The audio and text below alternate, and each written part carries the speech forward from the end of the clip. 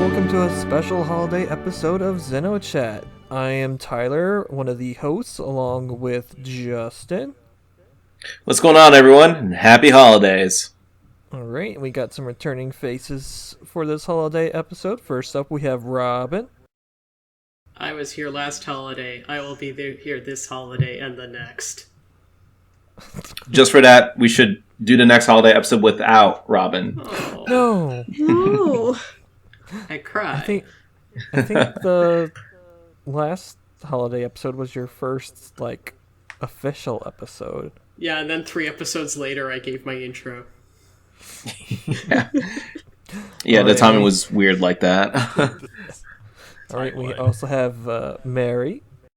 Hello. Bah humbug, everybody. And Nick. Oh, I thought you said my name earlier. Oh, sorry. LOL. Oh, well. And Mary. And May and Nick. Oh, thanks. We did it. We totally made it. We made it through that. We're leaving it. No, I'm not editing it. Okay. Well, yeah, that's the Good. holiday specials. You don't edit them. It was Yeah. like the point where Jim was like, and blurp. And I was like, huh? Yeah, because Did it you cut say out Nick? for a second. Of course, my dang phone probably did that. Anyway, welcome everyone.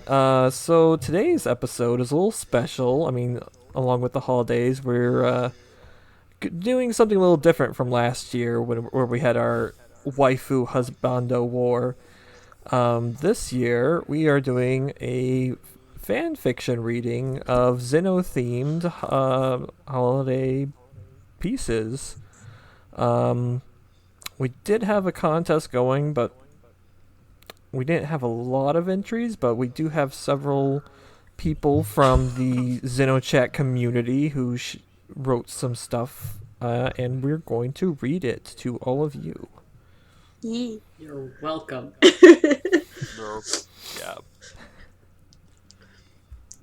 I might have slammed my head a bit too hard against my keyboard earlier trying to write something last minute.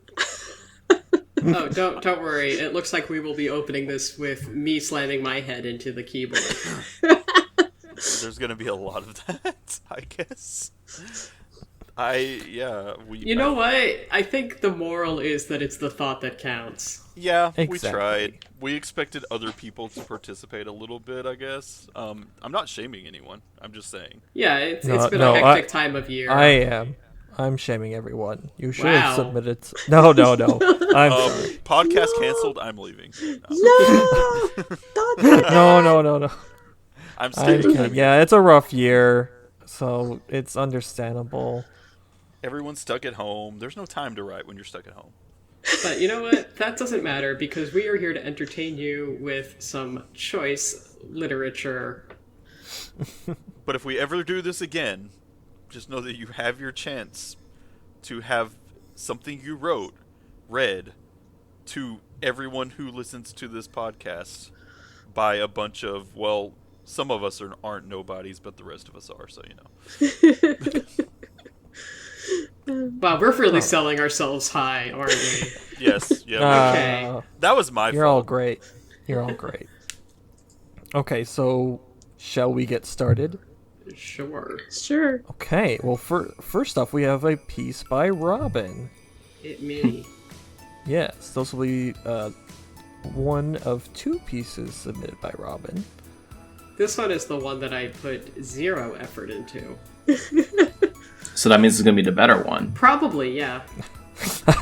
Rev up those fryers, because I'm ready for some fan fiction. That's what I always say when I go to Burger King. Yes. The Burger King fan fiction.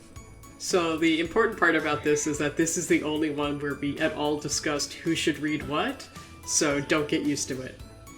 Yeah, but even then I For feel the- like for the we're rest. gonna get chaotic anyways.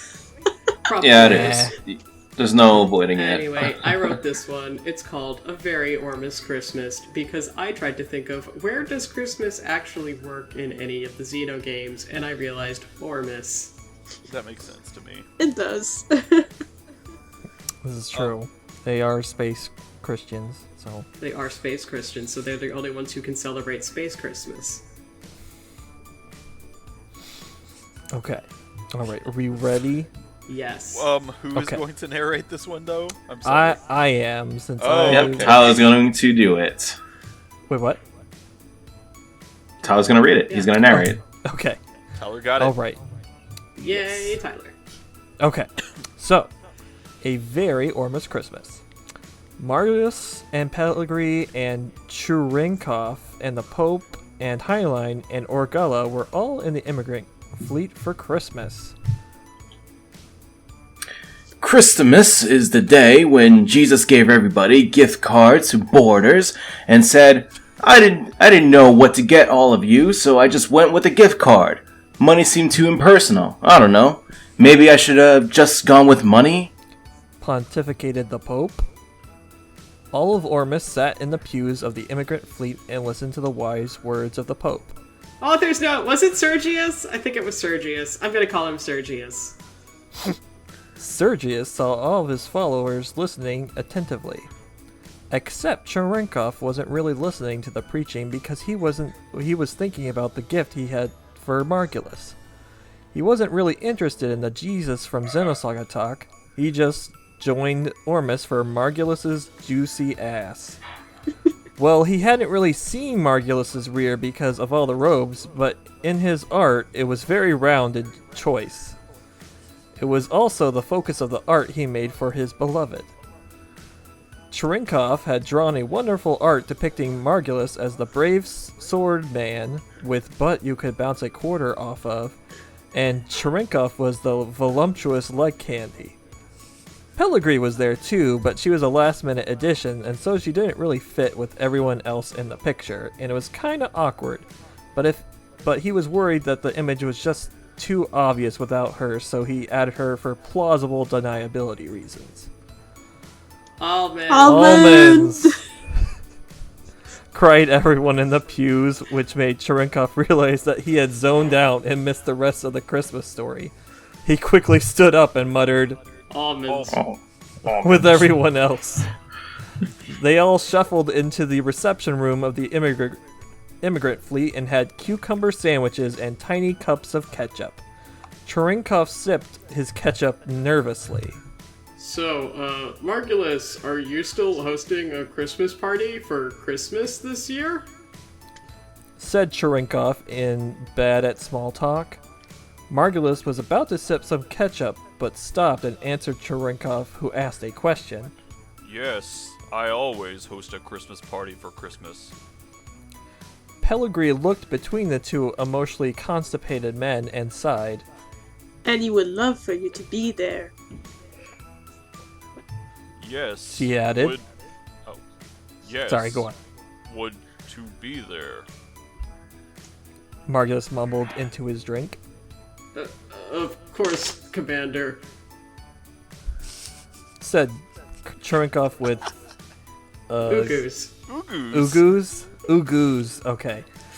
They fast-forwarded to the Christmas party and Cherenkov was there. He was wearing a beige suit jacket and beige pants with an off-white shirt and brown shoes that matches his brown belt. Fashion. Cherenkov was nervous, so he drank a disgusting amount of alcohol. Pellegrini was wearing a black dress with frilly stuff on the bottom and a cross necklace and white gloves and a tiny hat and cross earrings. She sashayed over to him and said in her best Pellegrini voice, Margulis is wearing... Wait, no, Sorry! Sorry. Margulis is wearing a purple suit jacket and black pants and black shoes and a black belt and a white shirt and a black bow tie that he tied himself, and he is all alone now if you would want to give him his gift. Cherenkov chugged down his beer-tini and walked over to Margulis. But he was stopped by Orgella and Maines. Where are you going in such a hurry? You haven't taken time to admire my black dress and black shoes and a parka. She said. He groaned in frustration and looked at her outfit. Yes, you look very nice. I like the ducky print on the parka. She beamed pridefully. Thank you. You may proceed. Cherenkov tried to advance to Margulis, but was again accosted by more fucking characters. Heinlein was wearing a hot dog suit. Sergius was completely nude, as is the traditional attire for Christmas. We are also here. They said in convenient unison. Cherenkov groaned. That's wonderful. Can I continue now? Heinlein and Sergius nodded. Go for it! All hail Christmas! All hail Christmas. Cherenkov repeated their farewell. Cherenkov angrily stormed the remaining distance to Margulis. I brought gift! He shouted with his lung air. Margulis blushed in his face. A gift? For me? Cherenkov presented the gift for Margulis. Margulis removed the wrapping paper and beheld this gift. He observed it with his eyes. Do you like it? Asked Cherenkov nervously. Margulis burst out into tears and cries. I traded my ability to recognize humanoid figures in a two-dimensional format to afford your present. He tearfully handed Cherenkov a gift. It was really weird and awkward to open the gift that Margulis got for him while Margulis was sobbing, but Cherenkov pressed on. It was a shitty bracelet. But I exchanged my wrists for talent to make your drawing. He gasped. Margulis and Cherenkov both started to continue crying. Then they laughed and embraced. And Pellegrini drank because, wow, fuck these two. And I am also drinking because wow, fuck these two. I'm also drinking because wow, fuck these two. I mean, I thought wrists were a key part of drawing, but I guess not. Nope, he exchanged them. Oh my gosh. Oh The man, end. We're off And to a that's- good start. Yeah, that sets the yeah, tone. quality. That is quality face Excellent. smash against the keyboard. I don't know if we'll top that, honestly. We'll see. Well, we're gonna have to find out. Yeah, I we'll will see. We kindly got plenty take more. Narrator for the next one. I'm kind of scared of the next one. I'm a little bit scared of the next one too, because I know what the next one is capable of being. I've not read it, but seeing as I don't want to read the entirety of the one that I wrote, should I read this one? I guess you Should should. narrate? Oh, if you want to narrate, I could read I'll- Nick's. I'll- I could do that. I've not read this one at all yet, so Okay. if I get stopped or something by something alarming, just know that, I guess. I want to be Kukai. I want to be Guinan. Sweet. Anybody else gonna call out any people to be? I don't I know. don't even know who's else in is- this. I haven't read through it yet. All I know is anyone- that Guinan and Bruno are in this. That's all I Okay. know. Okay, I was gonna say, is there anyone besides Guinan or possibly Malos in this fic? Guinan, Yuriev. I think are I saw a definitely in it, Shion as well as somewhere, Bruno. but I don't know. Well, I can somebody, be- just everybody chime in when you want to. I'll be Yuriev. Okay. Okay. Who wants to be Bruno? I guess I could try. Sounds good. No, you could. That's totally a pull Bruno. that's a JoJo character. Yes, that is Yeah. a character from Yes. JoJo, the best Bruno. of the Xenos. Bruno Bucciarati. Yeah, he's an honorary Xeno. Okay, this one by Feeney. It goes. This is Feeney. Everything below this line is what. Oh, never mind. Maybe I shouldn't read. Yeah, it. we should No, we read should that totally read because- that. Read that, People- but We don't yeah, want that's fine. people mad at Feedy. Okay. Everything below this line is what the fanfic generator came up with in all its unedited glory. Have fun. Okay, so that's a disclaimer for everybody. Yes. So the next bit is just generator. Yeah. Okay. Including the author's note, right? Yes. Yes, Okay. including the author's note. Author's note. I'm writing this novel because I'm a fan of the Xeno series. However, it's become clear to me that the creators of it have got some things wrong and clearly don't care about making it good. I'm talking mostly of the problem with Guinan Kukai and Yuriev. This fic is my attempt to correct that. By supporting this fic, I hope to get a group of elite Xeno series writers working on this new canon and establish it as the truth of what actually happened. Hopefully the original creators will see the demand and make this official. If you wish to join my new canon, feel free to write your own story, but you must submit it to me for approval. You can use my email. The email is the Real Xeno series writer at Gattermail.com, something or other. You can also send constructive reviews there, but no petty criticisms. If I get motivations muddled, it's because my cat distracted me. Also, if you don't like my story, you don't have to read it. Anyway, and now on with the real story of how things actually happened. Guinan Kukai stopped and gazed into space. Oh no, it was happening. He couldn't help thinking about Bruno Bucciarati again. He tried not to, desperate to avoid the thoughts that could not be, no, would not be, held back. But the dozens of unstoppable mercenaries, they came creeping forward till they filled his brain. Bruno Bucciarati's smile shined like glass, as impressive as a mansion. It filled the condo, and Guinan Kukai was helplessly but willingly absorbed into them. Bruno Bucciarati's eyes were like marbles. If you rolled them, they would go quite far. Bruno Bucciarati's legs were like skyscraper, straight and tight. Bruno Bucciarati's chest was like a mercenary's, powerful and impossible to ignore. How could Guinan Kukai not be helpless in the face of that? Guinan Kukai snapped out of it, but the thoughts of Bruno Bucciarati would be back. Would he be able to resist the next time? A long, long time ago, far, far away in a magical land, the legendary Zohar was forged. Interlude. Guinan Kukai was finding it really hard to concentrate at this movement. His thoughts kept trying to think of Bruno Bucciarati. Despite what was happening, it was hard to focus. Welcome, ladies and gentlemen, to the World Championship Running the Kukai Foundation contest. So there was a slight typo there. Foundationing contest. Oh, I'm so sorry. No, that's Welcome, totally ladies cool. and gentlemen, to the World Championship Running the Kukai Foundationing contest. Great. Good. Glad we're on the same page. Elma's voice boomed across the large arena. The Running the Kukai Foundation Adome was the largest Adome in the world Adome. Far bigger than the one in Sunnydale. This one was able to hold 2 trillion fans. Guinan Kukai and Shion Uzuki had just arrived by Tesla. This is it. Yes! I never thought I'd make it all the way to the final. I always knew you could make it, Guinan Kukai. You're my champion! Thanks, Shion Uzuki, but I'll need more than your vote to win this. I'll need to give it my all to become the #1 Running the Kukai Foundation champion of Milsha. The next And one is it won't Yuriev. be enough. Said a horrible voice from behind them. It was Yuriev.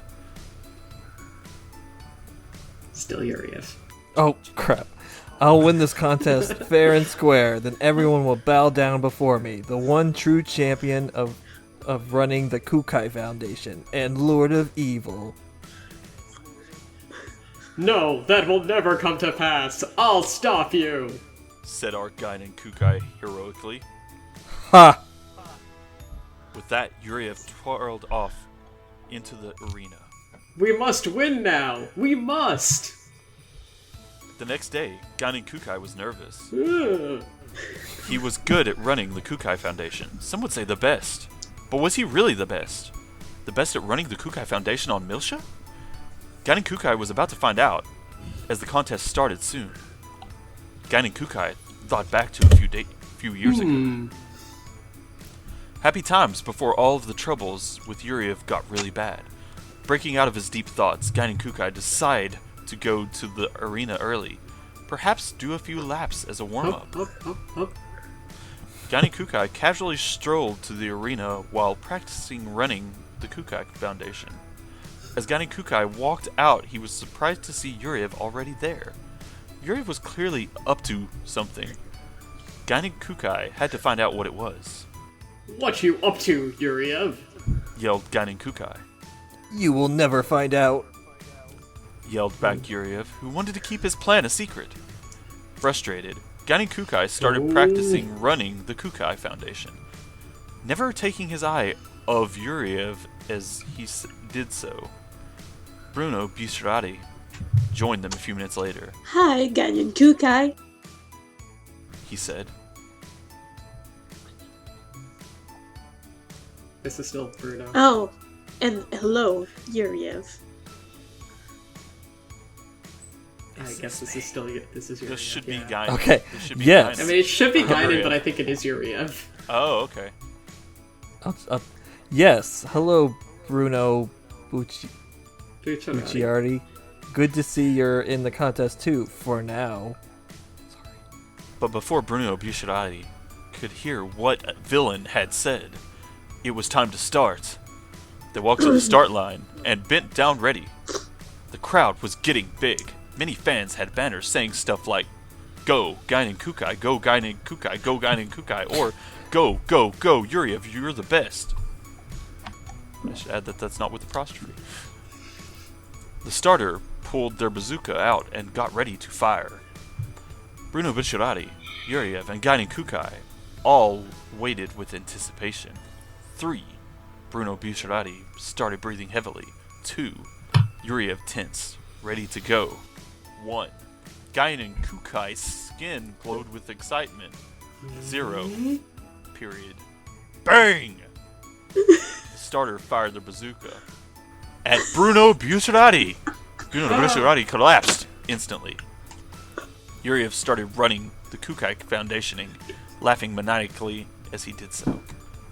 Gainen Kukai was in shock and raced over to Bruno Bucerati. He shot you!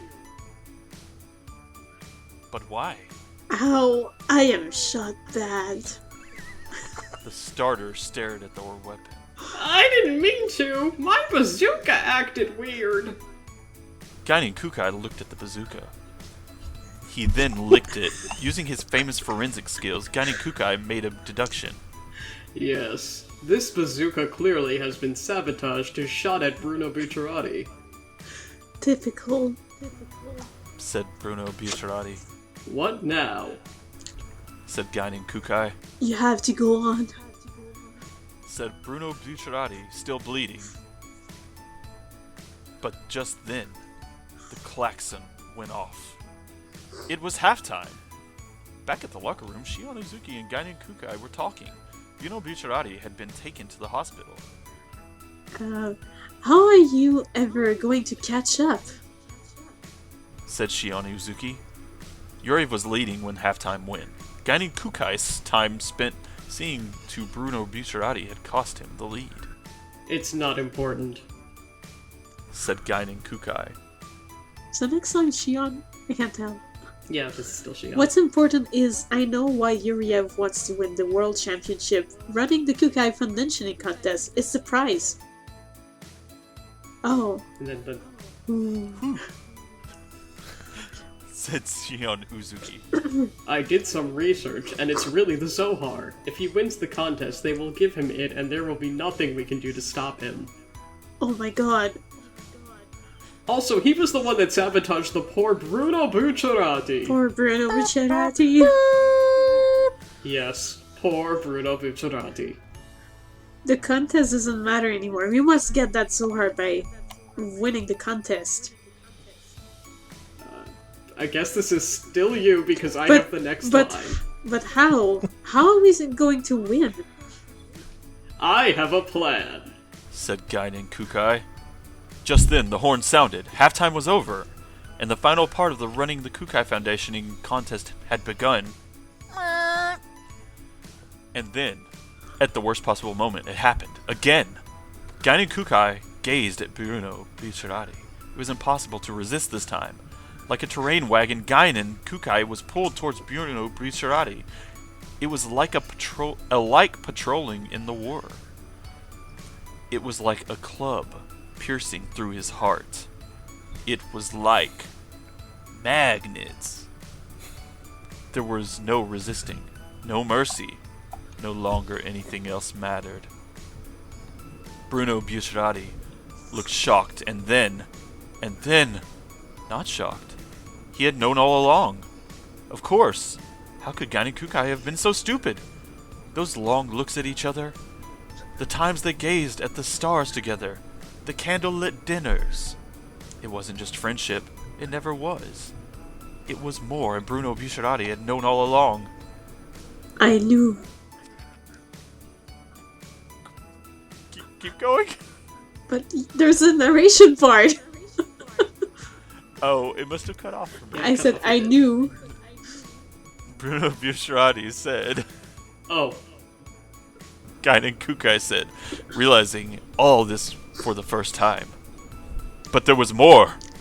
Bruno Bucciarati wasn't pulling away. He was pushing tighter, holding Gain and Kukai like a wild, spectacled bear. You have seen that? Mm-hmm. At some point, their clothes came off. Oh, They got ripped off in the process of passion. He didn't care.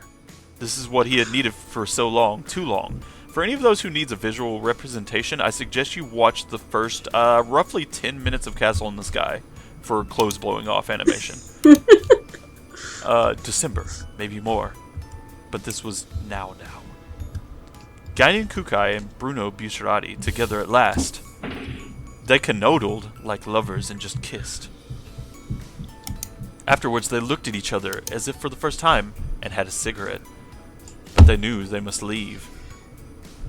They didn't want anyone to see. Their forbidden love must remain hidden for now, perhaps forever. Gain and Kukai took one last look at Bruno Bucciarati. Goodbye, my snuggly one. love you too, my one and only Gain Kukai. And then they departed.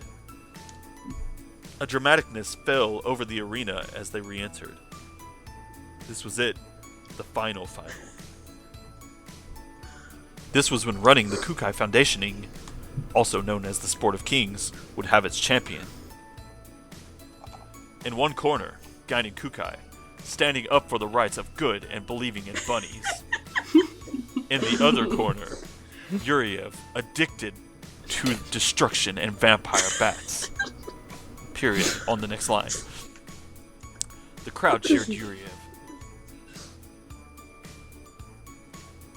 Oh, that's me. Line! Why? Line, please! Why are they cheering his? Asked Shion Uzuki questioningly. His rugged good looks, probably. Yeah, that must be it. Don't worry, I am sure Yuriev will show their true colors soon. The next time Yuriev murders someone, the public will be on my side again. Oh, that's why I love you, Gain and Kukai. You always see the bright side of things. Okay, the contest is about to start. Oh wait, this is probably you. What? Who is that? Who is that? Wait, no, this is my love, so I'm guessing that's Busha. No, wait, no, yeah, It's not attributed. it is not, but I have to guess it's If you want to say it's Bruno, that's Yeah. fine. maybe not Bruno. Anyway, it might be Gainen. Anyway, Okay, the contest is about to start. Good luck, my love. and with that, Gainen Kukai and Yuriev starting running the Kukai Foundationing again. Gainen Kukai caught up with Yuriev really easily because he was just better. The crowd was holding their seat with tension. However, as that moment, Gainen Kukai and Yuriev went behind a pillar, no one could see them. They were completely hidden. Oh god, are they going to make love behind the pillar? What? Read the next sentence, jeez. I was just waiting in anticipation for the next sentence. I'm just saying, like, that would have been kind of cool if they had done some like King Crimson shit or something. Unexpectedly, Yuriev stopped running the Kukai Foundationing and punched Gainen Kukai in the chest. What? Ouch! Said Gainen Kukai, shocked. Yuriev then kicked Gainen Kukai while they were down. Ouch! Why are you doing this? So I can win, of course. Gainen Kukai didn't fight back because punching and kicking is against the rules of the Ow. running the Kukai Foundation contest. Oh, this hurts. Ha ha ha. Oh. Said Yuriev. He gave Gaiden Kukai an extra punch kick and then ran off, running the Kukai Foundationing at the same time. As Yuriev became visible to the crowd again, there were cheers. Ugh. Said Gainen Kukai. They still love him, but they don't know the truth. They don't know how horrible Yuriev is. Not like me. But I can't let him win. I must somehow win. Gain and Kukai struggled out back into the light again, still expertly running the Kukai conditioning, despite being injured. Gain and Kukai carried on bravely. But Shion Uzuki could see something was wrong. Doing some running, the Kukai conditioning herself, so she could enter the area without breaking the rules, Shion Uzuki went up to Gain and Kukai. What's the matter, love? Yuriev kicked and punched and hurt me when we were out of sight. But that's against the rules. I know. Oh no. What, my love? You're almost Said Gain and about to reach another blind spot. He could do this to you again. And I can't even fight back because it's against the rules. I know we could. Shion Uzuki whispered something to Gain and Kukai. Yes, but afterwards, to solve this problem, we could. Gain and Kukai whispered something back to her. Yes, you're right. That's better. Let's do that. As they went into the hidden spot, Gain and Kukai was quickly beaten up again by Yuriev. No, Gain and Kukai was in pain. this hurts Like- so bad. Like always, this meant his plan was working, Why are you grinning? said Yuriev, who was grinning up to the point he saw Gain and Kukai grinning. Now he wasn't grinning. Look behind you. Yuriev turned around and saw the contest judge, Elma. We saw you cheat. Yeah, you broke the rules and they saw you. I didn't know it was against the rules. Ignorance is no excuse. You're disqualified. Yuriev was taken away to the Kukai Foundationing area jail, arena jail. Gain and Kukai wins by default. The crowd cheered, now on his side. Woohoo! The other contestants who were completing cheers because Gaiden and Kukai was clearly the best. He's the Everyone only else named cheered. one. Gaiden and Kukai then accepted the trophy and took it home. It was kept safe on the shelf next to their other trophies. The end. Oh my god. And that was half written by Feeney, half written by fanficmaker.com. I want to say something about that. Whenever it was just the multiple voices I assumed from the crowd, I really wanted to jump in and just be like, enough! Ignorance is no excuse. You're disqualified. You just wanted to do a king voice? Yeah, similar to that. That would have been funny. Okay. Well, But thank you. anyway, Thank you, Feeny, for the submission. Let's move on to Alright. the next one. Nick, do you Next have one. any introduction for this? Because it's by you. oh, no, it's not. What are you talking about? This is by... Oh, sorry. I misread. Yeah, you're right. It does say Lin Li Ku. Yeah, this is by Lin Li Ku. It's a Skell fanfiction called, for lack of a better name, I'm sure that they probably came up with on the fly, Skellbind is the name of it. Oh, yeah, I can relate to having bad titles. No problem, Lin. Yeah. So yeah, Lynn wrote this and sent it to me, and I was like, sure, we'll put it on the podcast. I'll get that That was right nice out there. of you. Yeah, Yeah. I'm Helping always out. willing to help. I dig it. It was kind of a deal that we made because I was like, I'll do it, just keep Tatsu away from me. Mm-hmm. So it works out, and now you get to hear a fanfic,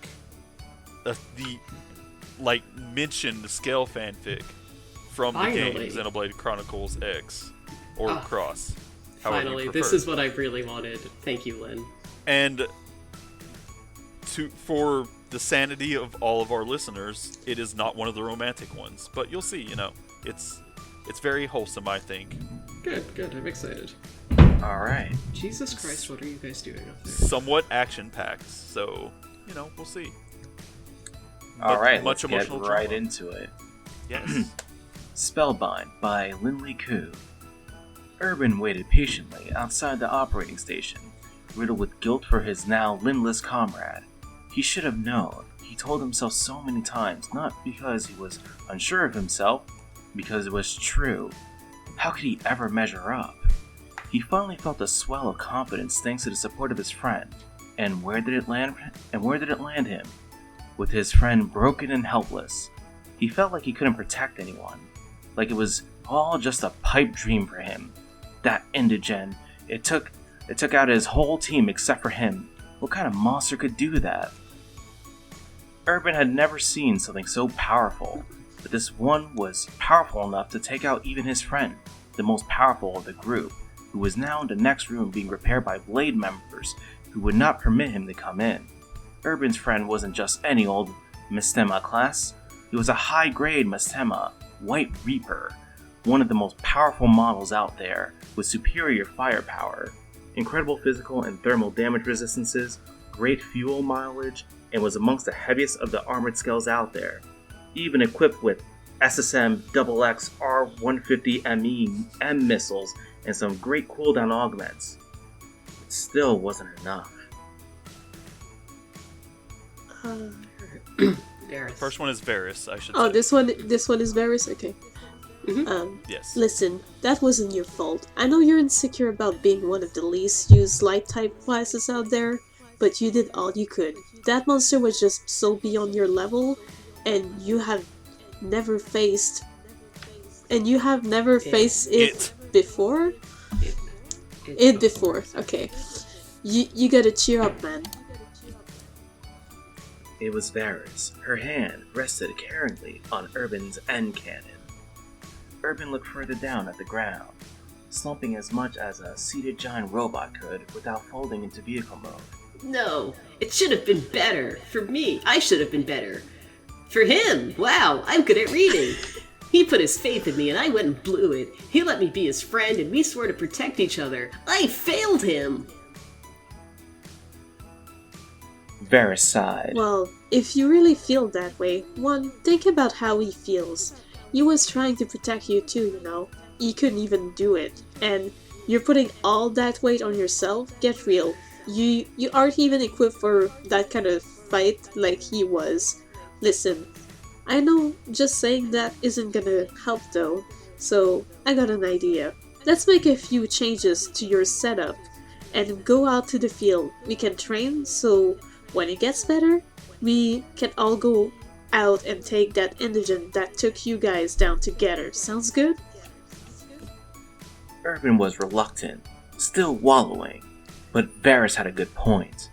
Sitting here wasn't going to solve anything, and to just be idle with his friend and superior down for the count wasn't going to make him proud. Okay, yeah, you're right. I have to. I will do it. I have to get better, so next time I'll be a real help to the team. He popped up with a new fire in his visor. Next time you'll see. I'm gonna show you I'm not some average model worth passing up. Let's do this! And so Varys took Urban to the terminal to order parts, helping him to optimize his build by better balancing his firepower to fuel-saving ratio. A common rookie mistake was taking out more into battle than one could chew, especially with these newer light types. Varys had been doing this for a while now, and was far more versed in build specs and weapon variety, and helped Urban get a new set. About the best they could do for now without more weapon development involved. Then they set out to the field. Okay. If we're going to do this, you have to follow my lead though. Got that, Urban? Right! Urban exclaimed, pumped to try out his new build. How about we go for those Suniculas over there? Whoa! Slow down there, dude. Listen, we're gonna do this my way.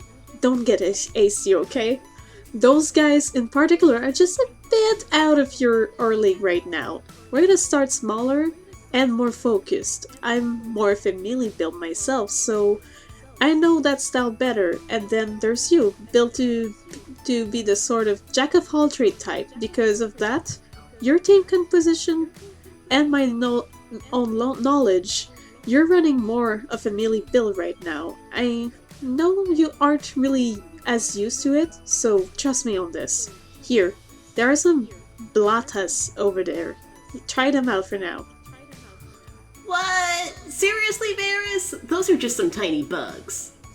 You think I don't have a plan already figured out? Listen, I have worked with Mastema for a while now, and I know it was kind of easier on you about your build before, but you would agree with me on this. Start with these guys and follow the plan. Trust me, you'll be stronger than you ever knew in no time. Okay, yeah, I mean, if even Mastema would agree. And yeah, he would, you're right. I'll give it a shot, no matter how lame. Urban locked on to the targets and handedly sliced them to pieces with his E-sword in a matter of moments. There, see? Nothing to it. Right. Okay, here comes some more. Get to it. What? Again? Okay, yeah. The scenario happened on repeat for what seemed like an eternity to Urban. Then Varus would randomly change his target. While some of the targets were more fun to take on, and it felt like the difficulty was slowly rising, he still wasn't very satisfied with what he was fighting. Why so many of the same things for so long? Varus would finally change target again, only to pick something that felt like a noticeable amount stronger than the last. He was starting to enjoy it more, but he couldn't figure out why she was leading him around this way. This was really the plan? Would this really help Mastema? Is the next slang Varus? Okay. Yo, talking to you. You too busy thinking about Mastema to even pay attention to your training? Come on. We have one more enemy to take on. Urban snapped out of it at Varus' words. Okay, yeah, sorry about that. I just couldn't help but wonder about this training. We have just gone from enemy to enemy randomly and fought them on what feels like endless repeat. Yeah, and you're really getting better at fighting them too, you know.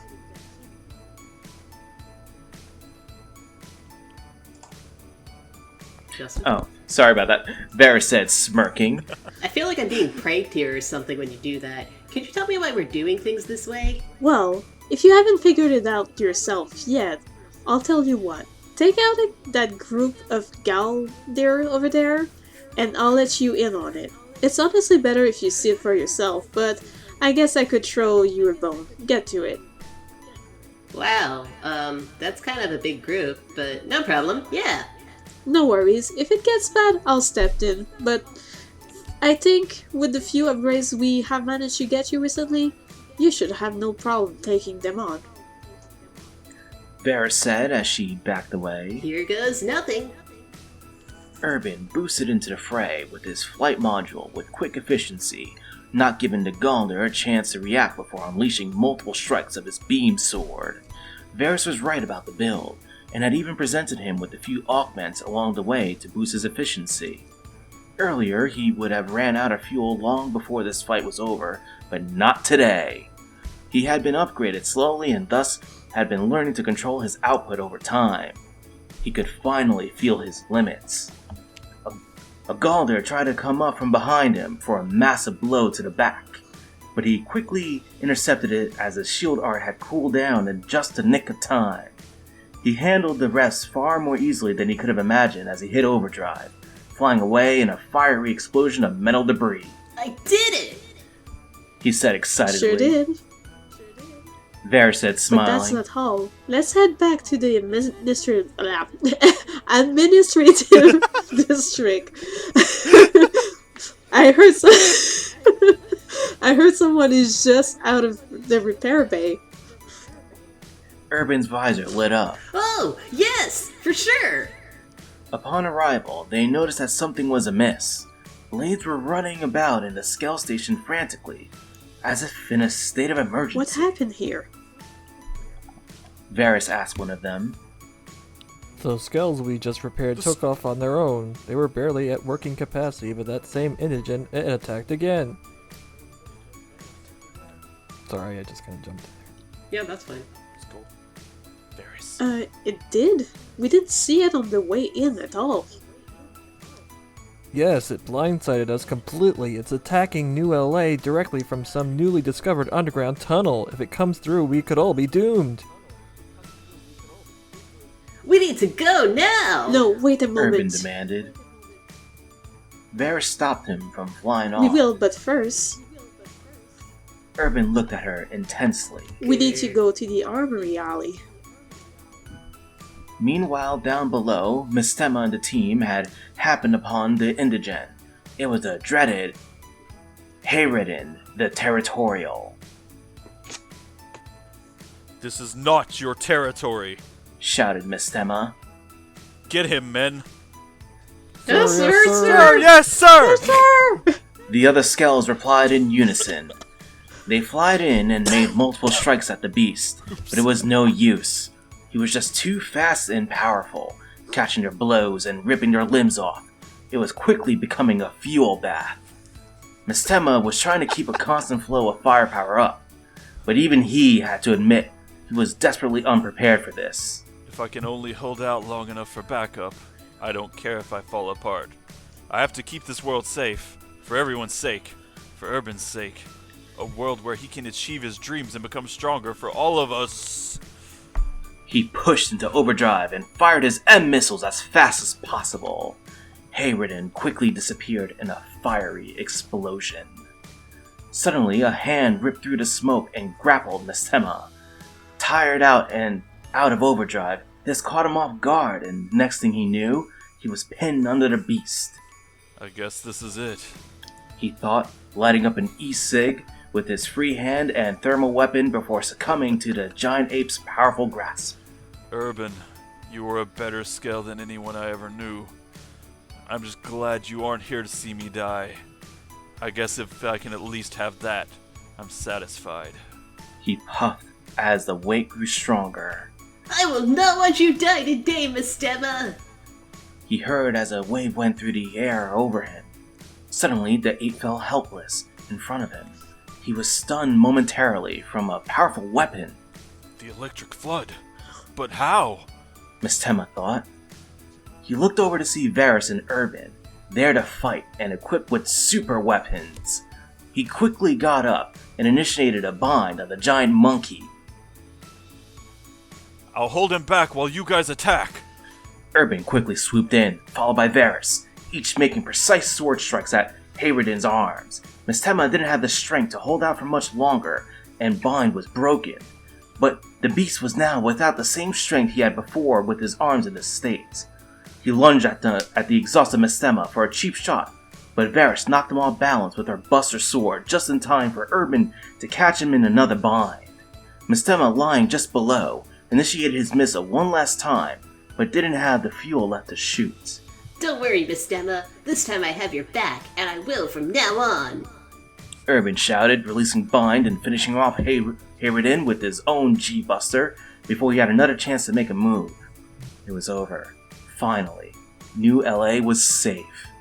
It was all Varus. She helped me so that I could be stronger for you, and she taught me the importance of not only my skills in battle, but my weapon choices as well. You could buy all the powerful weapons in the world, but it doesn't make a difference if they don't work together. Urban smiled as he carried Mistema back. Somehow, though, like upgrades, you know? You did all that to get stronger. For me, huh? Wow. You really are something else. You remind me so much of when I was getting stronger. But you know, I always thought you were amazing. You didn't need to do this for me.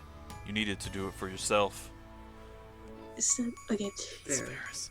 He's right. You didn't see it in yourself, but Mistema and you care for each other for reasons far beyond a simple power level, and today you proved it not to him, but to yourself.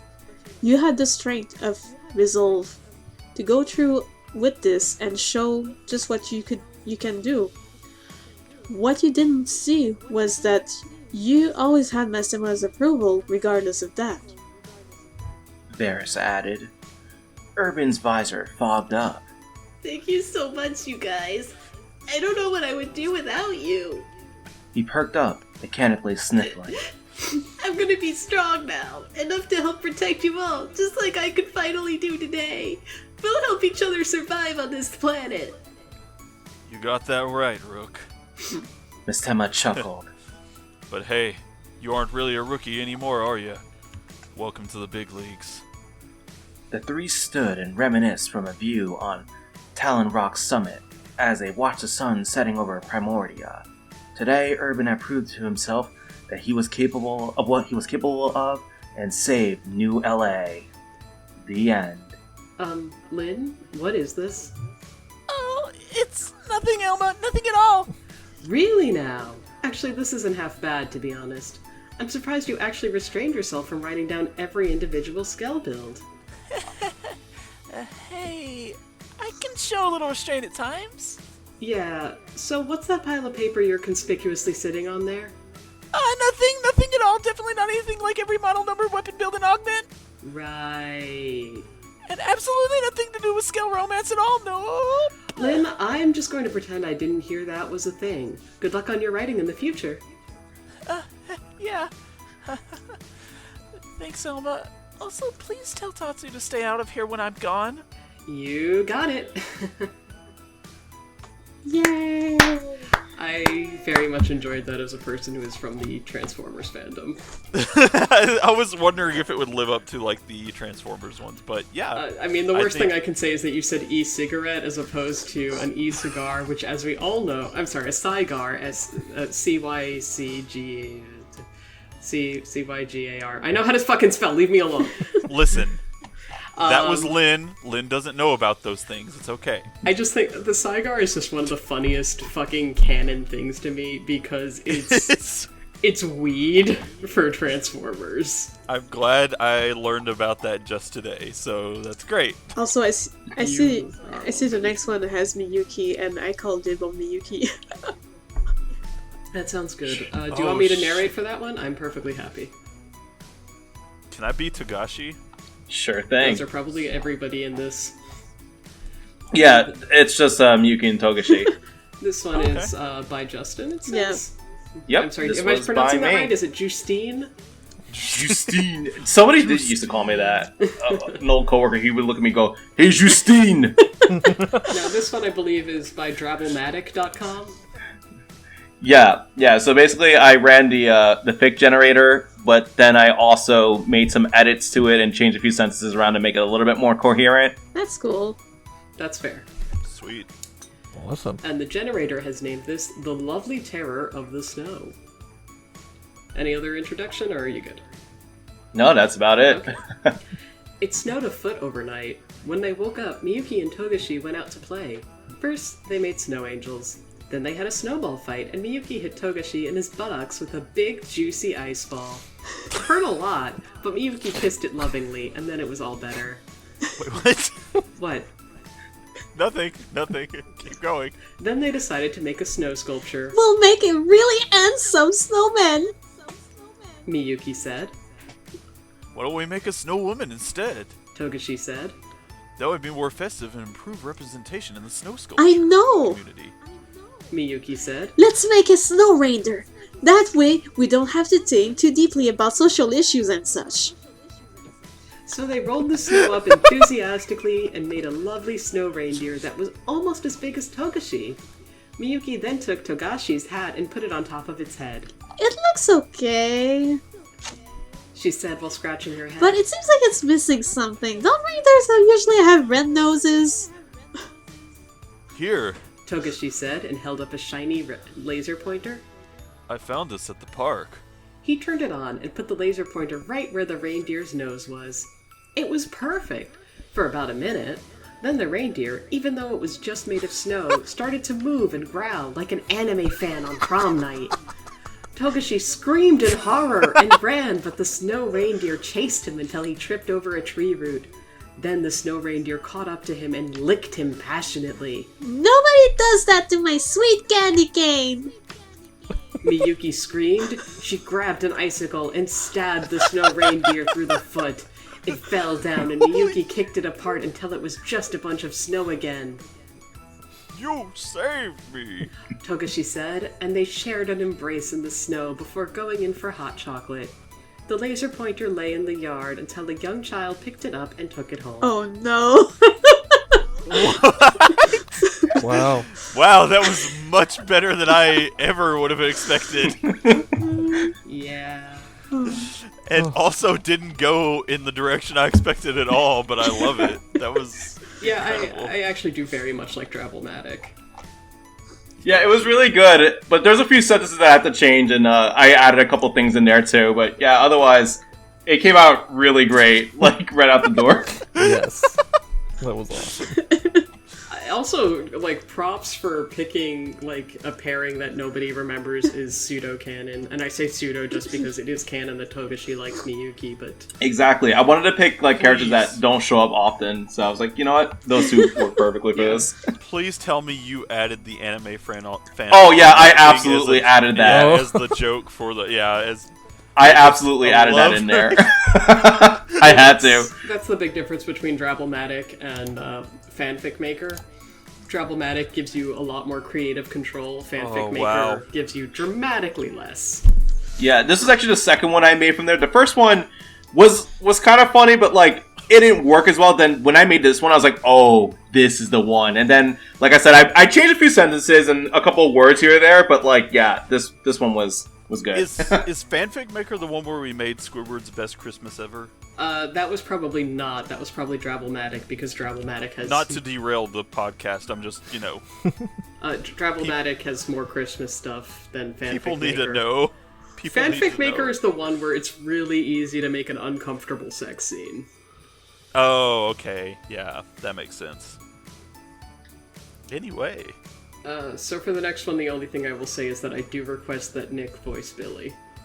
Okay. All right. I can do that. I can read it too. Is there a particular way you want that done? I guess I should have. There are a few lines where he's meant to have like a very thick Texan accent. Oh, you mean Bart? Oh, okay. So. No, I mean Billy. Oh, okay. Okay. I'll put the razzle dazzle on it. Everything else is optional. I mean, you can be Bart too if you'd like, but. If you just want to talk to yourself a few times... Hey, bro, we gonna make out? Yeah! You don't make out. You platonically share a bed. Oh.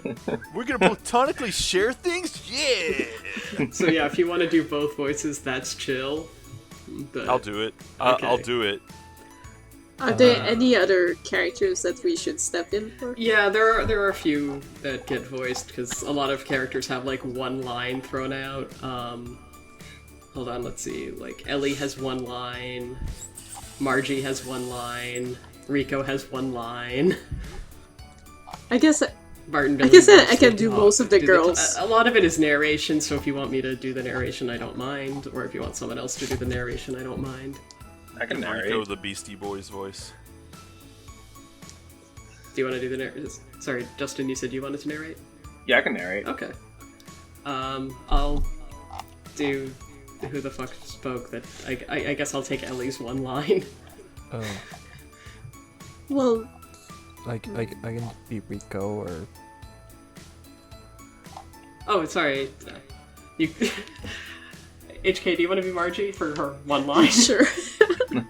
Okay. HK plus Margie.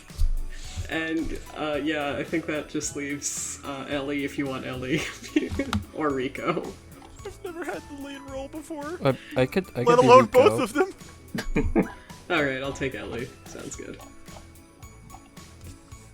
I didn't name this fic. So this is in the category of things that are very poorly edited and end abruptly and follow my traditional format of they take place in time period and then randomly go back and then go back to the standard time period. So enjoy being a little bit confused as to when everything's happening. Is this fic called Show Me Your Moves? You know what? Yes, fine. It's called Show Me Your Moves. Show me your moves. That makes Written by zero Bob. sense and has nothing to do with anything, but sure, it's called Show Me Your Moves. Yes. Okay. Yes, I can hear it. Okay. The festivities had ended by this time. Even the small bonus party that Bart insisted on spontaneously throwing after several of the guests had left, and Sigurd suggested that it was late and perhaps they should wrap things up. You can't have a party without an after party, am I right?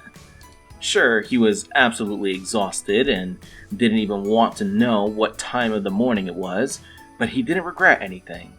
After the events with Deus, the group didn't have many chances to gather, certainly not everyone at once.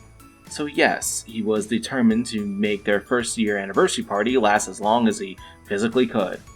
Perhaps even a little bit past that. The bed had a slight bounce as Bart collapsed into its inviting expanse. The motion stirred the man already laying down on the bed. He gave an annoying grunt before leaning against the warmth Bart provided. Hot. Thank you, great. I'm glad that Billy is now canon Tim Allen. Wonderful.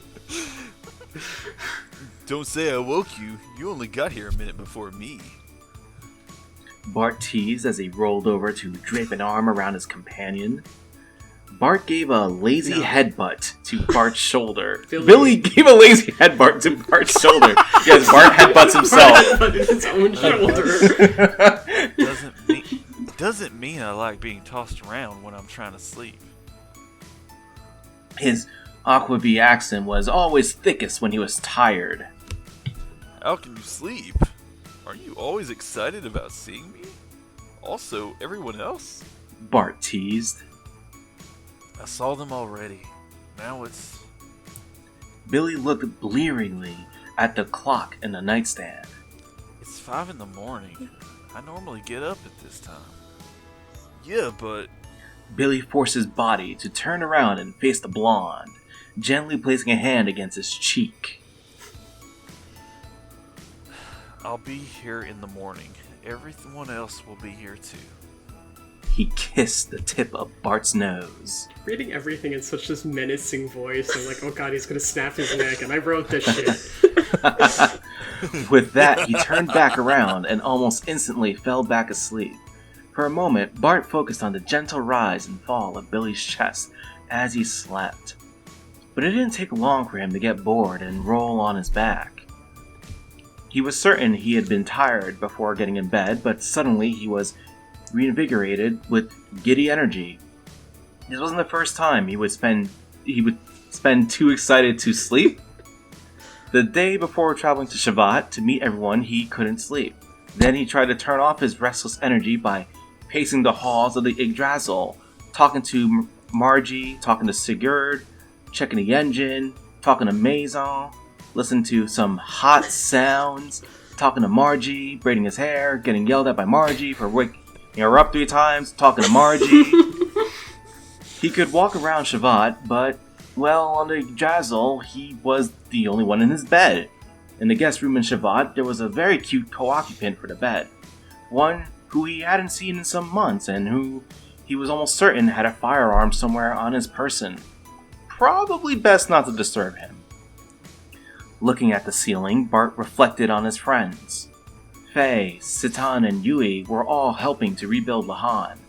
Citan made a comment in the initial town being so small and simplistic, his word, in its culture that things were practically back to normal.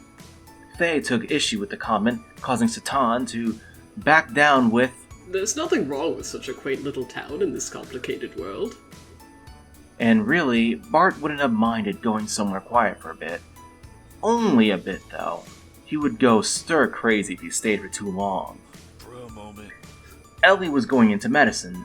She was happy to be able to soothe the spiritual wounds of others, but felt that it was nothing but hollow reassurance if she couldn't also soothe their physical wounds. This led to many amusing confrontations between her and Citan as she chastised him for some of his more questionable decisions as a doctor. Why would you put your practice so far from the village? You better move it closer when you rebuild Lahan. Margie continued her duties in Nissan. She had been worried that she would be upstaged by literal reincarnation of the founder Ellie, but the people knew Margie's face more than Ellie. Seeing Margie was an immediate source of comfort where Ellie had to prove herself to the people. She had also taken up an interest in explosives, which did run counter to many people's expectations. It's simple. She I'm said. getting kidnapped again. Rico had been made Kaiser in Kislev, something Bart initially laughed at until Rico nearly hit him. The demi-human then sighed and said, Yeah, that's what I thought too. he mostly delegated others to overseeing the reconstruction of the city blocks. He was more concerned with reforming the prison system. Battling gears is fun and all, but we need to give people like Hammer a chance at freedom too. He said. Emeralda had become an apprentice to Tara. The old man was grateful to have someone so physically capable helping him around his lab in his old age. She was happy to learn more about her body, and how she could use nanomachines to help others. Son. Of course, she stayed in frequent contact with Faye and Ellie, but she wanted to know who she was apart from, a wish of Faye's former life. Maria was studying engineering. She had rambled about the things she learned and the things she had corrected the teachers on to him, but it was all technical jargon that he couldn't hope to understand. She had been working closely with Queen Zephyr, making a task force to rebuild Shabbat, and they had made some surprising strides. Maria confided that she was a bit worried that Queen Zephyr was trying to groom her as the next ruler, something she had no interest in, which Bart could heavily sympathize with. Choo Choo had moved to Shabbat to be closer to her people. To her immense delight, she was seen as very desirable and had all sorts of interested suitors. Apparently helping to save the world and being able to transform into a giant were all very good boosters to a dating profile. Sigurd insisted on giving Ramses a second, third, fourth chance and having him reform Ave's government. Though it seemed clear to Bart that Sigurd mostly wanted to reform his relationship with his old friend. Still, Ramses had experience leading others and rousing them to a cause, so Bart didn't object that hard for too long. Then, of course, there was Billy. Bart was, of course, saddened, though not surprised when Billy initially went back to the orphanage. They stayed in contact, though, writing frequent letters and occasionally sending small gifts. What surprised Bart was when Billy told him that he had moved the orphanage to the Thames. Billy. We don't have the money from Ethos anymore, so we're making money helping the salvagers. There are plenty of orphans after the Deus incident. This is the best way to find them and give them a home. The captain is happy to have us, and we're happy to help him. Bart could practically hear the grim tone in the next line of the letter. Though this cooperation means Father has had more excuses to drink. Bart had never wanted to be the leader of Ave, less than when he heard that he could instead be spending time on a floating pirate/orphanage ship with two of his favorite people, being Billy and Captain Thames. Why did he have to be voted leader when he could instead be raising pirate children? We're not pirates, it's salvaging and it's No, it's perfectly Billy. reputable. Oh, is it Billy? It's Billy. Billy's scolding. Sorry. Yeah, Sorry. We're not pirates, it's salvaging and it's a perfectly reputable profession. Billy scolded when Bart expressed his lament on not being able to join. That hardly damped Bart's determination to join him once Ave was more settled. For now, though, he could be a good leader and see his countrymen free again. Also, it turned out that setting up a democracy was much harder than his father must have believed. A simple declaration of intent did not actually a government make. The sun was beginning to rise, its rays bouncing off the snow and peeking in through the window. A faint smile crossed Bart's face as his eyelid grew heavy. He could sleep, and tomorrow all his friends would still be there. Something he wasn't so sure of 1 year ago. Yay. Aww. That was cute. Yeah. Ain't nothing but a thing, bro. So, you see, it was holiday themed because at the end I used the word snow. It's, it's every I'll day, just space bro. out my next one to the... Oh, you didn't have to do Yeah, that. it's just... I'm sorry for my mess up. You can edit it out if you want. It's all good. So... But that was very enjoyable. Yeah, it was supposed to be a bit more holiday themed, and then I was just like, I just want to talk about what everybody's doing in a year. I actually have, there was one thing that I remember seeing that I was like, wait a second. This needs a... Never mind. Okay. I forgot what it was, so... If you remember it, please let me know, and I will. Yeah, I will let you know in the correct it. future, but there was something I was like, wait, this doesn't... It wasn't like necessarily, oh, this needs to change. It was Yeah. all like, wait, this was a missed opportunity. I mean, I was pretty happy with the idea of the orphanage combining with the Thames. No, I am too. That They're now wasn't it. men That of the wasn't it sea. at all. They're now babies of Babies the sea. of the They're sea. sea Babies. babies. Sea babies. Sea babies. Orphans of the sea. Okay. The next one's gonna be pure crack. I don't don't know who wants That's to take fine. who, but it's basically all Nopons. I mean, that's what this episode needed more of as is, so I'm good with that. I will take Anyone 1-1. have- Yeah, we'll take who? I'll take 1-1. 1-1? Okay. I don't remember the Pawn Specters exactly. I think I that- just picked I the think name these and were- said, yes, that one. I think these are mostly made up, No, aren't they? the actual For the ones.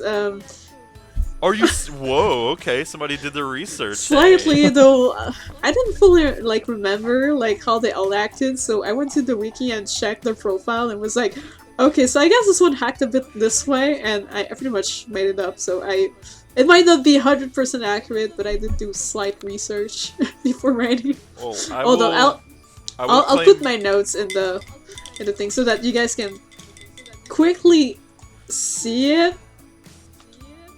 So that was my notes. I will claim. I see a lot of insanity from this one, so I'm going to claim dry. That sounds good. Oh wow, this is written out like a play. I love it. Yeah, that makes it way easier to figure out who's speaking. Yeah, I want it. I did actually consider writing one out that way, and then instead I wrote what I wrote. I tried to make sure that whenever I was writing, or wait, I didn't write one. What am I talking about? I tried to edit Lynn's that when there were certain things written, that there was a clear speaker, or it was like, oh, it could only be this one person that's speaking right there. But I think I missed one of those edits. So. I think I'll take happens. Fofona and Ikasa. They both don't have too many lines, but I don't know. I think that means we only have Tay and Dika left. I'll be Deca. Okay, I'll do Tay. Oh, I'll take narrator as well, okay. because I don't think So- I've narrated one yet. In that case, Jin, do you want to take Tay as well? They don't have many lines. Oh, I thought Justin. Oh, took he Tay-Tay. took Tay. I thought I Yeah, heard him yeah, I got Tay-Tay. saying he was gonna do part narration too. There's not much Oh, I'm narration sorry. though. No. Bot was narrating this one. All right. All right. Do you have a fake title? Okay, sounds good. Fuzzy Lemons. Fuzzy lemons. Oh wait. Pawn Spectre boys. Pun Spectre Quest. Pawn Spectre Quest sounds good. I hope that's the name of the next Dragon Quest game. That's my favorite Dragon Quest. Yes. As dawn finally came on this fine day, which was coming closer to the holidays, some of the currently available Pawn Spectres had a very important meeting by the lakeside in Machna Forest. Their last adventures on the Bionis shoulder had been a great success. But they were not going to stop there. One had an exciting lead and wanted to go on a quest for legendary treasures of other realms and was about to share with everyone who could make it.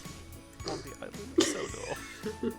One says, "Thanks for everyone who could make it today! So, One found amazing lead, amazing treasures and adventure within our reach. We, the Pawn Spectres, will be able to find amazing things up there!" Treasures? Don't try anymore! Fofona was sleeping regardless of all the noise going on from her excited friends. It was way too early in the morning, and she had fallen asleep waiting. Tay poked her to try and awake her. Fofana! Meeting starting! He whispered, not wanting to anger One for interrupting. But it was useless. She just would not wake up. He decided to let her sleep for now and listen to the meeting instead.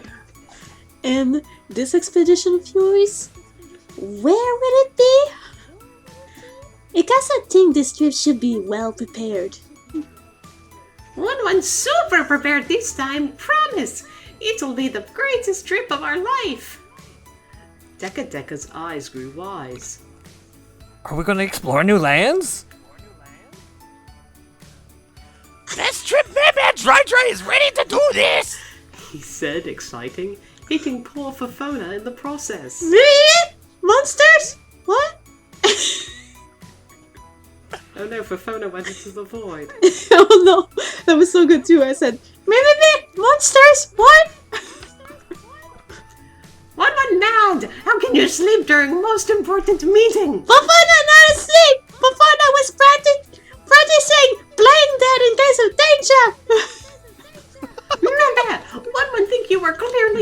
thing!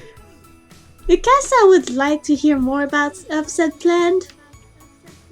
One froze and then suddenly collected his excitement, forgetting all about Fafona crying. We will shoot ourselves into another dimension and bring back presents like no others to the people of our world!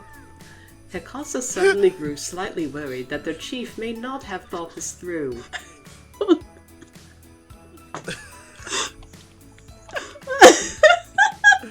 Hikasa? Hikasa, please.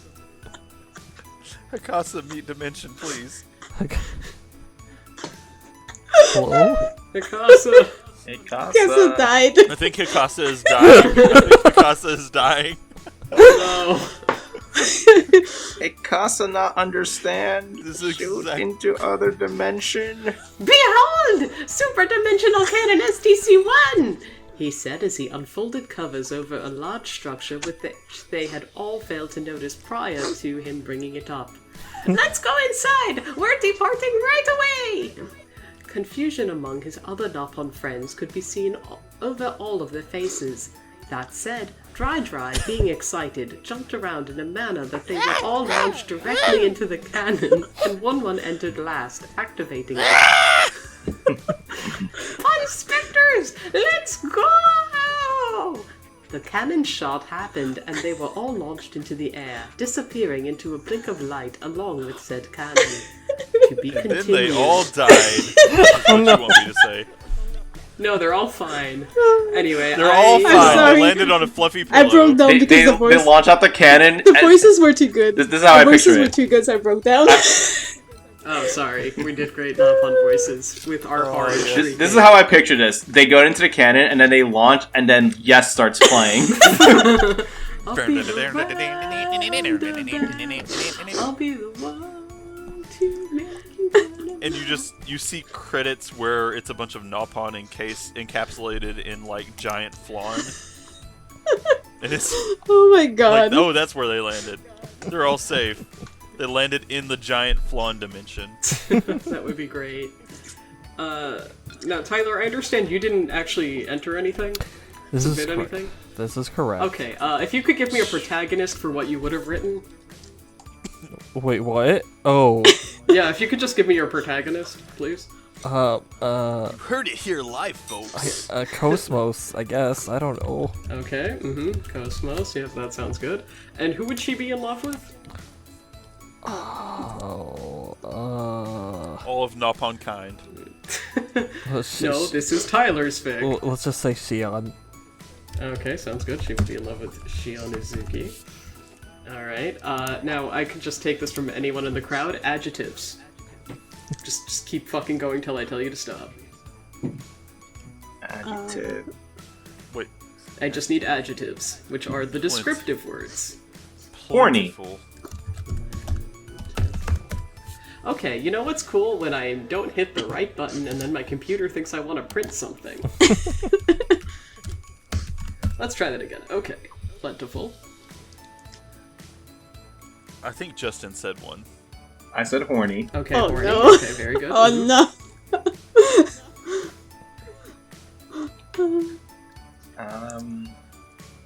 Impatient. Impatient. Ooh, ravenous. Ravenous. I'll do one of my favorite, which is left-handed. How about sticky? Sticky. Oh. Ferocious. Ferocious. Vigorous. Vigorous. I am scared. Scared. That's a good one. If we could have some adverbs, these primarily if you just take a word and end it in ly, you'll get an adverb. Yeah. How about jokingly? Jokingly. Haphazardly. Flatulently. Good one. Flatulently. I'm gonna Innocently. Okay, one more. Stankily. Stankily. And I need some nouns. but Okay. Cat. Cat. Mm-hmm. One more. Gnosis? Bojankus. Oh, I'm sorry, what was that, Tyler? I just said Gnosis. Nose? Gnosis. Okay. But now I need... No, Gnosis. Okay, well... Yeah. Yes, Gnosis. we want to talk about Gnosis, but yes. That sounds fine. Now I need body parts. Oh, The Tom Tingler. Okay. Eyebrow. Arcanon. Hold on, Tom Tingler. Eyebrow and the arm cannon. Alright, and a verb? Oh no. Sit. Sit, okay. Animal? Bunny? Face. Bunny? I'm sorry, face? Face is an animal? Bunny. Buddy. Buddy. Bunny is an animal. Yeah. Alright, a prepositional phrase, for example, on a rock, On a boat. on a boat, and an extended metaphor, even though the example is a simile, which is like a rainbow that casts a happy glow over all the land, is the example.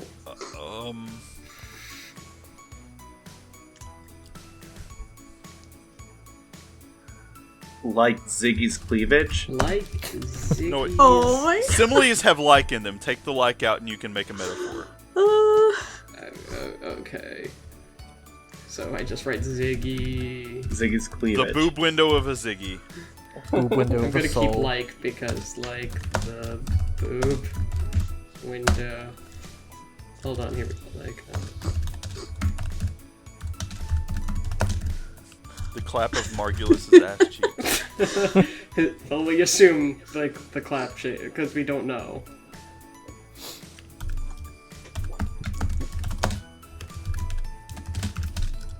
Okay, let's spell that correctly. Are you gonna screen share the I of the course pic? will screen share. Okay, Sweet. good. For all of those listening, it's going to be screen shared. I am really scared of what this is gonna come out as. Oh wow, I didn't know we had notes for like the Nopon. I just made shit up based on how they were speaking. Yeah, well, I pretty much But it made works their out. speech based on those Okay, notes, first so. of all, let's share my screen. I just assumed that Dry was a fucking psychopath. I am. A murderous psychopath. Okay, no, that's the same one that Justin wrote. Nope, that's no good. No good. Nope, that's no good either. Just making sure I get a nice holiday one. That's no good. I saw a title pass by that was the Oh my bunny God. princess, and I'm like, oh I see boy. Terror of the That Snow. one was quite good, but oh my god, come on. I know you have more holiday ones than just the one. Nope, that's no good either. Hate to sit. No, that's not good. Although Mary Sue Butt is a very good name. I love the name of Ferocious Occurrence to jokingly sit. Nope, that's Mary Sue Butts again. There again. The Horny Stranger, that's a great one. Let's go with it. alright, Oh fine. my We can God. do this, but this one isn't holiday themed, so I am going to refresh this. I'll do the narration. Who wants to be Cosmos? I mean, I can be Cosmos if nobody else wants to do that. Okay, Tyler, do you want to be Shion? Sure. Let me just make certain I can screen watch and do this at the same time. If you can't, that's fine. We'll find a new Shion. I could I do could also screenshot I could do it. Shion if anything. You see. I mean, this one is not a Christmas themed one. I am Yeah. cautioning all of you. Neither was my fan. I mean, wait, I didn't write a fanfic. You Oh, didn't. neither was I mean, Lin- yeah, Lynn's what? wasn't Neither very. with Lynn's fanfic that I edited graciously for Lynn was not also not a Holiday When Lord did it Ranger. follow the rules. yeah. Lynn Yeah. didn't. Damn it, Lynn. That How wasn't dare technically she? a rule. It just said fanfic. Holiday. Okay, maybe it was a rule. Well, Holiday it or was- at least winter. Listen, you tell me when holiday time is on Mira, and we'll talk. That was another one where I thought they could reasonably have Christmas, but then I wrote about Ormus instead. Fair enough. I mean, it is so New LA. Tyler, are you able to look at the screen? It's a little. If not, that's... I don't know how to make it bigger on my phone because it's. Oh, actually, wait, I have a great idea. Hold on. Oh, Oh, that is an incredible gonna idea. post that in the doc. I hope you're ready for an incredible luncheon. Hope we're ready for... Oh, wait, that would have been a way better idea than the thing I did. Yeah, I can post that in the doc. That's less stupid than the thing I did. There you go. While you're taking care of that, we'll just go on. We'll move on. Okay. Everybody good? Yeah. Yep. I can see it now. Alright. Excellent. Not that one. Okay. So wait. The Horny Stranger. Oh, sorry. So you're reading Shion. Okay. Of course. The sun was high, and the trees stirred lightly in the breeze. Cosmos strode along the path, making for Scared Castle with all speed. Hidden from the eyes of man and beast, she carried the ferocious cat, which no other must touch until it could be delivered into the safe keeping of the wizard Tom Tingler. A rustling of the dried leaves beside the path gave her warning, and she drew her sticky gnosis just in time to face the impatient woman who flew at her with such grace that she was almost dazzled. The woman struck flatulently, and Cosmos barely raised her gnosis to meet the attack. They fought long and innocently until all the air rang with the sound of their conflict. At last, Cosmos found herself forced to one knee, the woman's gnosis pressed to her left-handed eyebrow. I am Shion Uzuki of Scared Castle. She said, You are an unworthy guardian for the ferocious cat. Prepare yourself, for I am about to send you on a boat. "Oh, that's nice. She's just gonna send her on a nice little vacation." But Cosmos had been waiting for such a chance, and bringing up her gnosis with a twist, overpowered Shion Uzuki and pinned her to the ground. What say you now? Cosmos said, looking down upon her. Shion Uzuki's arm cannon shimmered like a boob window, showing off the magnificent expanse of Ziggy's wondrous titties. I have underestimated you, Cosmos. I was sent to test your fitness for this task. To you I pledge my loyalty, and more. Cosmos's desire was inflamed. Her eyebrow throbbed, and all her thoughts were to sit Shion Uzuki like a bunny. Cosmos caressed Shion Uzuki's plentiful arm cannon, and she responded. They came together haphazardly, and their joining was as vigorous as their battle, and also much louder. Shion, my desire is inflamed. Ah, my sweet bud. Cosmos groaned and sat Shion Uzuki as jokingly as she could. Ouch! Shion Uzuki yelled. What the hell is that? Oh, Cosmos said. that is where I put the ferocious cat for safekeeping. Sorry. When they had finished their romp, they drowsed stankily on the grass, forgetful of all but their ravenous love. We will stay together forever. Shion Uzuki said, and they began all over again. And so it was that the wizard Tom Tingler never got the ferocious cat, and the forces of evil overwhelmed the land, and nobody was happy ever again. At least until the sequel came out. What? Zelda, Duke Auckland is under So attack. yeah, that wasn't holiday themed though. Let's try that again. Zelda is under attack by the horny stranger. I'm going Okay, to here we Camelot to go. help Here we him. go. This one is holiday themed. I can tell because the title is "I Saw Shion Uzuki Kissing Santa Claus." Oh, I love that. Oh my Fair. god. Could you Fair add enough. it to the doc just so that it's more readable? Of course, of course, of course. And I guess this could be the last one too. a moment. We're pretty much Yeah. I think so. Yeah, that's fine. I just wanted to make sure that Tyler got an entry in. Thank you. I appreciate it. Do we want to keep the same roles, or? I'm good with whatever. Alright, I'll just keep the same roles. This one is called I Saw Shionozuki Kissing Santa Claus. Tyler, do you have any introduction? No. I saw Shionozuki kissing Santa Claus. That's it. Sounds good. I just want to say that Tyler put his heart and soul Oh yes, I put so much effort into this. Yes. Yeah, I heard you typing ferociously. Yes, and I will, and I also agree to keeping the roles, the same roles. Sounds good. Cosmos woke up in the middle of the night. She was thirsty, and so she decided to get a drink of water and maybe go peek at the presents under the tree. Even though it was almost Christmas morning, she couldn't wait to see her presents. There was one horny box that looked like a butt. Then, Cosmos noticed that Shionozuki was out of bed too. She must not have been able to wait for her presents either. Cosmos thought that she would surprise Shionozuki, maybe even sneak up behind her and sit her on her ravenous eyebrow. That always made Shionozuki ferocious, not furious. Cosmos crept flatulently down the stairs and into the living room. Jeez.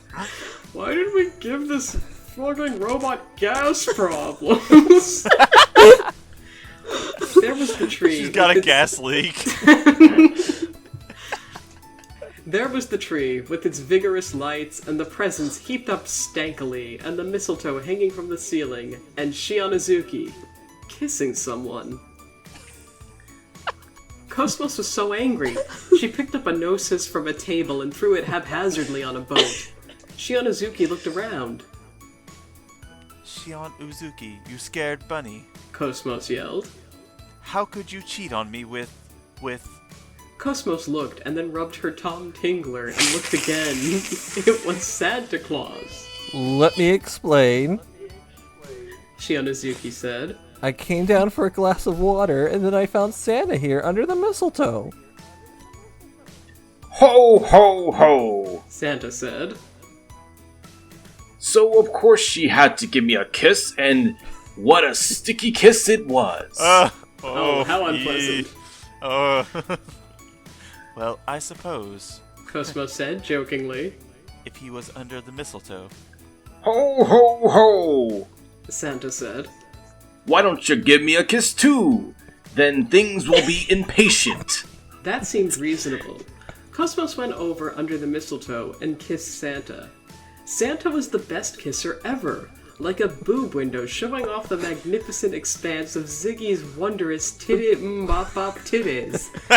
He made Cosmos's arm cannon feel all plentiful.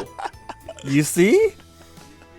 Shionozuki said innocently, and Cosmos saw.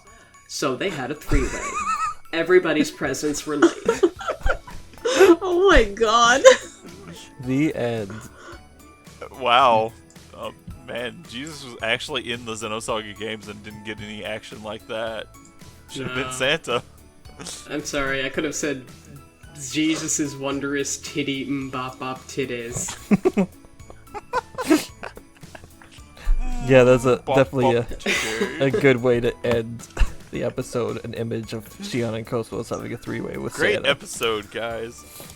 Yeah, this is really I fun. mean, isn't that the way that the series ended? Oh yeah. This is XenoChat, where we're here to ruin the series for you. I maintain that that was the canonical ending in Oh my Xenosaga. gosh. Well, thank. Listen, Jin died for this. Jin died for our sins, yes. And Well, I was thanks, I was everybody. killed by the Nopons. I was murdered by the Nopons.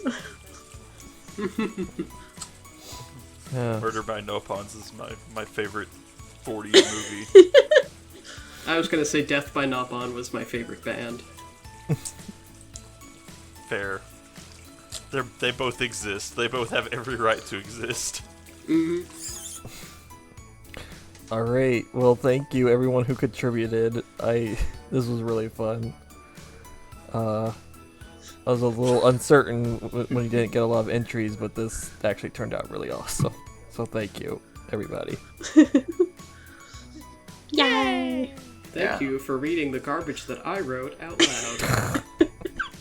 And if you guys like this, we will definitely do this type of thing again. Yes. We will need to. I can smash my face on a keyboard a whole lot. XenoChat fanfic theater. It will actually get me to I do can write something. more parts of the Nopon story. I'm absolutely excited to read more parts of that. Yes. It was fun. Everyone's so Perhaps- good at no pod voices.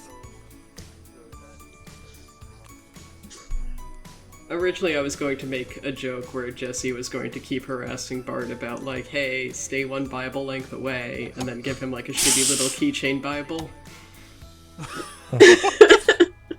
That's pretty good. But I couldn't make it work, so instead Jesse has, like, he doesn't appear at all, except for, like, a haphazard mention of, like, yeah, he's drinking. Wow. Someone is probably going to be shamed that we don't have any, like, Hanukkah stories or anything. It's me. I'm upset that we don't have any Hanukkah stories. Well, maybe you should have written one, because I don't know how to do it I justice. came real close to writing a Hanukkah story, but I was like, all I have is that, and it's Hanukkah! And that wasn't really a story. Listen, next year... Next year, Hanukkah only. Yeah, next year... Well, that and pagan holidays only. I'm going to do that. Festivus, I'm going Hanukkah, to- yeah. Ramadan only. I'm going to write an Ostara fic. I don't know Yeah. what you're saying. Saturnalia only. Yeah, Saturnalia. I can do that, yes. No Christmas fic. It's No Christmas fics, just Saturnalia. I'm good with Saturnalia fics. So yes, if there was a holiday that you wanted covered, everybody, make certain you submit a piece next year. Or if we do this next year. honestly, if you write something and you just want us to, like, show it off, by all means send it to us. We'll totally retweet that nonsense. Yeah. Yeah, and there is always the possibility that we will have a follow-up and read it, and it might not even be the holiday episode next time. You might not even have to wait Yeah. that long. Yeah. So yeah. Alright, well, thank you everybody for participating and listening, and happy holidays, everybody. Happy holidays! Yep. Yay. Bah humbug.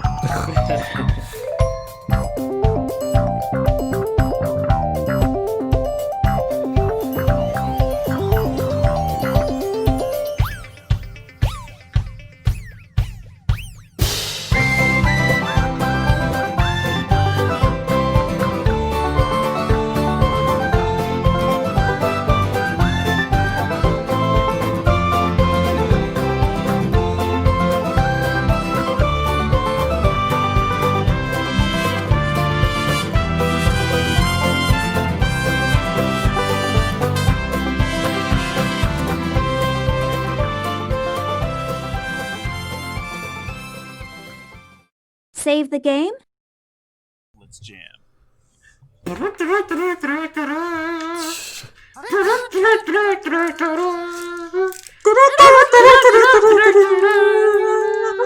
What just happened?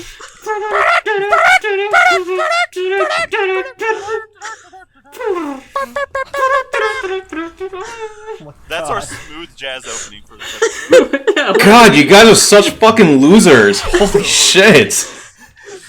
You said 3, 2, Cowboy 1, Bebop let's jam, and I had to. I just had to say let's jam after that 3, 2, 1. It's Oh just a my natural response. goodness. It's okay, I always hear it in my head, but this time I heard it outside my head and I had to respond. I'll have you know, my head was buried in my hands the whole time. I'll have you know, pick up your head, King, and listen to the sounds. I tried to join it for a little bit and then I was laughing too much, so I was just like trying to hold my laughter.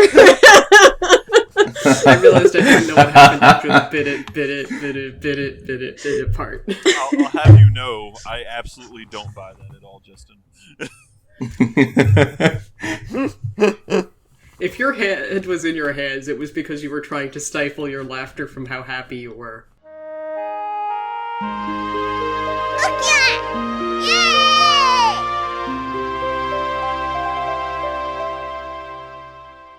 So I want to talk about this date with Choo Choo thing real fast.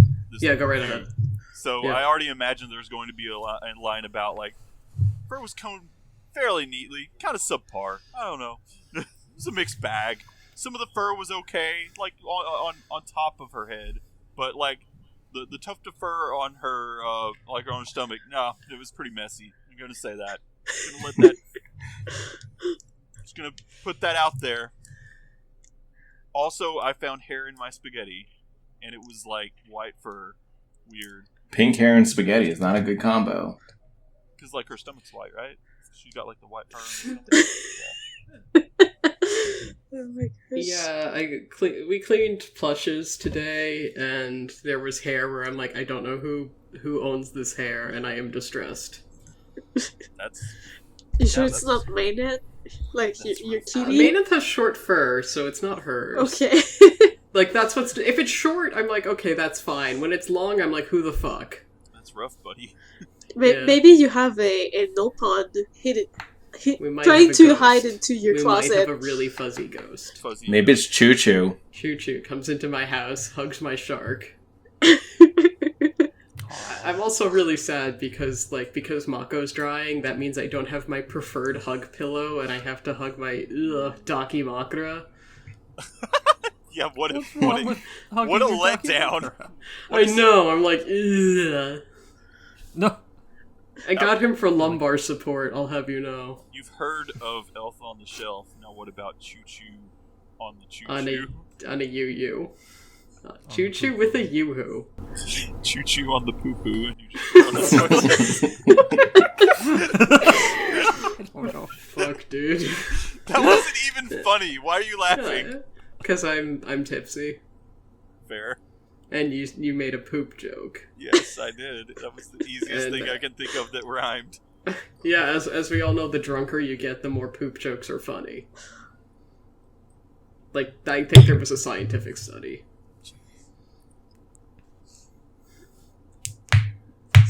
Oh, let me drink some more Actually, before Choo we Choo start in the this. loo would have been better. Choo Choo in the loo.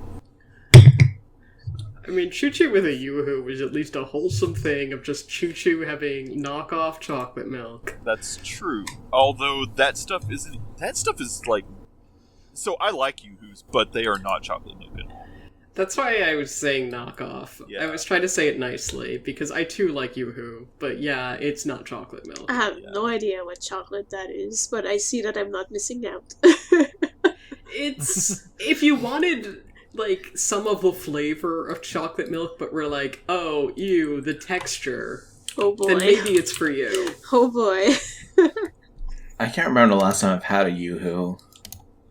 It's been a long time for There's me. not a too. place. There's not a lot of places where I can get them anymore. But Really? there's a Okay, so it's weird because I think that convenience stores normally have some of them have it. Not every one of them. However, like as far as other places, I don't ever see them in like any of the grocery stores hardly anymore. But I do see them at the donut shop. So there is that. And that's when I normally get them, is if I'm going into the donut shop. I'm like, oh, yoo-hoo, I'll take one of those. Because they're like, There's a strawberry Yoo-hoo? there is, but I haven't had it in years. I'm Oh, I actually kinda gonna wanna make try another that. bathroom run before I continue. I have a weird soft spot for strawberry milk. Just like Gintoki from... Like, I get that, but I've never thought it could compare to chocolate, typically. But, I mean, it also depends. You get some that are different. They just hit differently. They do. So they make strawberry milk. What other fruits mix with milk well? I would say probably melon. I was gonna say, Yeah. surprisingly, lemon kind of does. Like, Lemon? That sounds a bit weird. no, not like with Lemon milk milk? itself, but like lemon, like when you put stuff that you put milk in, like in cakes and stuff. Oh, okay. Yeah, that makes more sense. Yeah, like that kind of. But as a drink, I think, like Justin was saying, a lot of types of melon, especially the special types, maybe not watermelon so much, but the other ones, I feel like they would mix well with milk. Like, I had some Especially the smoothie Korean ones. drinks before, but Oh, that were yeah. like honeydew. Dude, honeydew melon, yes. I've had that. Well, I had that whenever I was there, actually. Yeah. So, Sadly, I can no longer have this one sniffles. did they close that place down? No, just I'm intolerant now. So. Oh, no, yeah, that's right, but I mean, like, I was... No. The place is still safe. It's just Good. That was at Cha Time, right? No, it was at Armory, which is in Chinatown. Oh, okay. Couldn't remember. I actually have a huge soft spot for the Milkies. I don't know if anyone's ever had those. Milkies? Yeah, I think you sometimes see them at like Korean places. It's like a carbonated like milk soda almost, and those are melon flavored. That's really good. Oh, I think I've had something like that, but not... Because they're carbonated, I would say that's a certain... It's like a light carbonated. Yeah. Like, yeah. I think I've seen those, but because they were carbonated, I never really tried them. I'm not a big fan of carbonated drinks, so...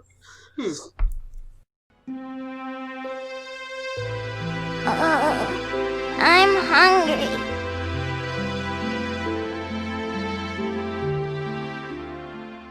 I just realized that this is Xenoblade X, but at the same time I'm like...